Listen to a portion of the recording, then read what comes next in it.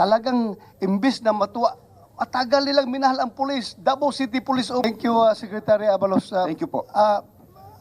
If you have observed, Secretary Abalos, during the last meeting, no, na-take up namin dito, na tila, ako, coming from German, I was the former chief of the Philippine National Police. Mahal ko itong mga pulis. Ako rin ay tubong Dabawinyo. Mahal ko itong mga taga-Kingdom of Jesus Christ, taga-Davao ako, Dabawinyo ako. Kaya I am caught in between. Kaya ngayon, nakikita ko talaga, pagdating ko sa Davao, last weekend, umuwi akong Davao. Pagbaba ko sa airport, dumiretso kagad kami, palabas. Paglabas, sabi ko sa driver, huwag kang kumaliwa, kumanan ka, daanan natin yung Kingdom of Jesus Christ, titingnan natin. On the way, daming checkpoint. Sabi ko, U-turn ka. Pagbalik, checkpoint na naman. Tinanong ko yung mga patrolman, Dong, is that face mask part of your uniform talaga? Wala namang COVID ngayon eh. Bakit kayo lahat naka-face mask? Ano ba yan? Intimidating factor ba yan? Ginagawa ninyo? Ang patrolman, hindi makasagot-sagot. Sabi ko, alam ko you're just following orders. Part of your uniform ba talaga yan? Hindi makasagot yung patrolman. Anyway, sige lang, I will talk to your commanders. Kasi, ganito, sir, DILJ, taga Davao ako. Ramdam ko yung sentimento ng mga tao ng Davao. Right now, kahit anong sabihin natin, talagang ang kanilang pagtingin sa pulis ay nagbago.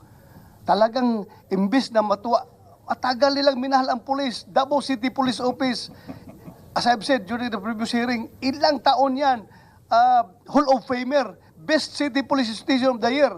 Dumating ang punto na hindi na yan pinapasama sa competition dahil palaging best, hindi na manalo yung ibang syudad. Ngayon, parang biglang bumaligtad yung pagtingin ng mga tao. Now, sabi ko, kayo, Colonel Marantan, you are the city director, you are trying to arrest 1 or 4 persons na co-accused ni Pastor Kibuloy. Siya lang hinahanap ninyo, di ba? But in doing so, you are alienating yourself from the rest of the community. Alam naman natin yung ating policing concept na the police is the community is the police. Dapat ang samahan natin dyan ay maganda. Pero ngayon, it pains me. I am a Davao City Police for the whole, for my whole life. Police ako ng Davao City, pero naramdaman ko talaga, parang galit na yung mga tao doon sa kanilang local police. Kaya maganda na dito ngayon si Secretary Abalos. Because I was talking to General Torre, at luckily, wala siya dito. At nagpaalam siya, may letter siya na hindi doon siya makarating because of a very important matter. Ngayon, sir, ikaw na lang kausapin ko. Pwede bang mag-adjust tayo sa ating ginagawa sa Davao? I'm not trying to impede your operation against Pastor Kibuloy because that is perfectly legal, covered by warrant of arrest yan.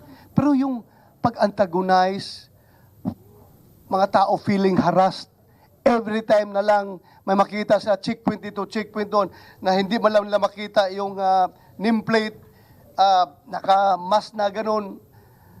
Very intimidating, sir. I tell you, police ako. But at the same time, I am local, I'm a Davao local. Alam ko yung nararamdaman ko.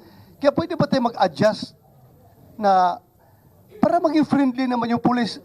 We're not stopping your checkpoint operations. You can checkpoint anytime you want, anywhere you want. But please, do it in a manner that you are not antagonizing the community.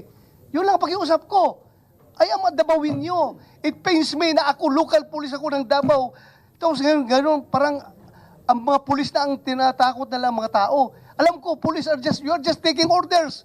Even General Torre is just taking orders. Even the Chief PNP is just taking orders. Ang sa akin lang is, ayusin natin. Dahil pag hindi natin ito na-address, darating ang punto na talagang baka mag-rebuild yung buong Davao City laban sa gobyerno, laban sa PNP. Dahil ako mismo naramdaman ko eh. It pains me to see that yung matagal na namin na pinag-establish na relationship ng community at ng police ay ngayon biglang nasira. Yun lang sir, nakiusap lang ako sa inyo. Mr. Please Chair. adjust your operations in a manner na hindi antagonizing to the public. Yeah. Yun lang sir. Mr. Chair, maraming salamat sa pagsabi po ninyo, no? And I will make sure, no? This is my own commitment, Mr. Chair. Mag-uusap po kami nila Colonel Hansel, nila RD Torre, and pupunta po ako ron. I will see it for myself, but I'll assure you this, no? Na lahat po ay magiging maayos po ang dapat ang samahan ng komunidad at ng pulis. Yun naman po ang layunin na bawat isa po rito, no? I will go there, Mr. Chair. Maraming salamat po. Thank you, sir. Alam ko, you mean well as a Secretary of Local Government, Interior Local Government. Hawak mo yung kapulisan, hawak mo ang local government. And you've been a mayor. Alam mo naman siguro kung paano natin i-deal yung police pag ikaw ay local chief executive, tapos parang binababoy ka na ng police, para bang wala ng respeto sa'yo, talagang maramdaman mo talaga, sir, na iba na ito. Something must be wrong. Something is behind all this happening. So, please, ayusin natin before this erupts. Sasabog ito pag hindi natin aksyonan. Dahil ang mga tao doon, galit na talaga. I'm just telling you as a resident of Davao City. Sinasabi ko lang ito sa'yo, para maka-adjust kayo, sir. Yun lang. Hindi kami nakiusap na ihinto ninyo paghanap kay Pastor Kibuloy. Hindi kami nakiusap na ihinto nyo yung checkpoint operations nyo dyan. Dahil that would be to the benefit of everyone. Pag may checkpoint, tuwang-tuwa kami noon. Dahil safe tayo pag may checkpoint. Pero pag ngayon, pag may checkpoint, feeling intimidated mga tao, ano naman kaya mangyari? Nakamask na naman yung mga pulis. Walang, hindi makita yung mga pangalan. Kausapin mo, ayaw sumagot. I don't know how I think nasa iyo ang solusyon nito. Please act on this, sir. Yun lang ang hinintay natin. Mr. Chair, I assure you that binibigay ko po ang pangako ko sa inyo at sa mga taga Davao, no? Lahat po ito, yung mga protocols, yung mga walang mask, yung mga pangalan dapat nandyan, notifyan lahat kung ano nangyayari. Kasi kung hindi nila alam ng yung nangyayari, dyan nagsisimula yung suspetsahan Dapat alam nila bakit anong purpose po ito, and we'll start this dialogue. I assure you that, Mr. Chair. I assure you that. Thank you, sir. Thank you, sir. Because alam ko, yung mga pulis na yun na gumagawa ng checkpoint, masama rin sa kalooban nila dahil taga-Davao rin sila Alam rin nila na ano feeling ng mga kapatid nila, ng mga parents nila sa mga ginagawa nila. They are not doing illegal. But they are just doing, to tell you frankly, improperly yung ginagawa nila. Bakit mag-checkpoint ka, palagi naka-mask, kailangan, tapos hindi makita yung pangalan. Yun lang sa akin. We must be friendly. Hansel, you must be friendly to the people.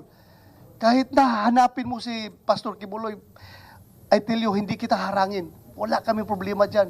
Do your job because it is your sworn duty. Gawin mo. But it is also your sworn duty to love the community. Am I correct? Pakita mo. Mahalin mo yung taga Davao. Huwag mong kalabanin yung mga tao doon. You reach out.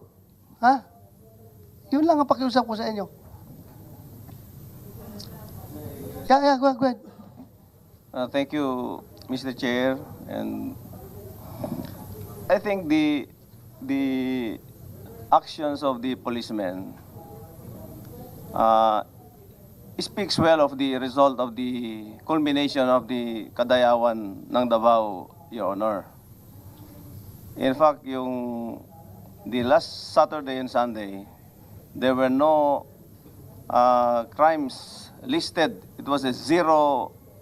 I'm not referring to your ordinary duties, ordinary functions. Ang akin lang yung treatment ninyo ngayon dyan sa paghanap kay Pastor Kibuloy.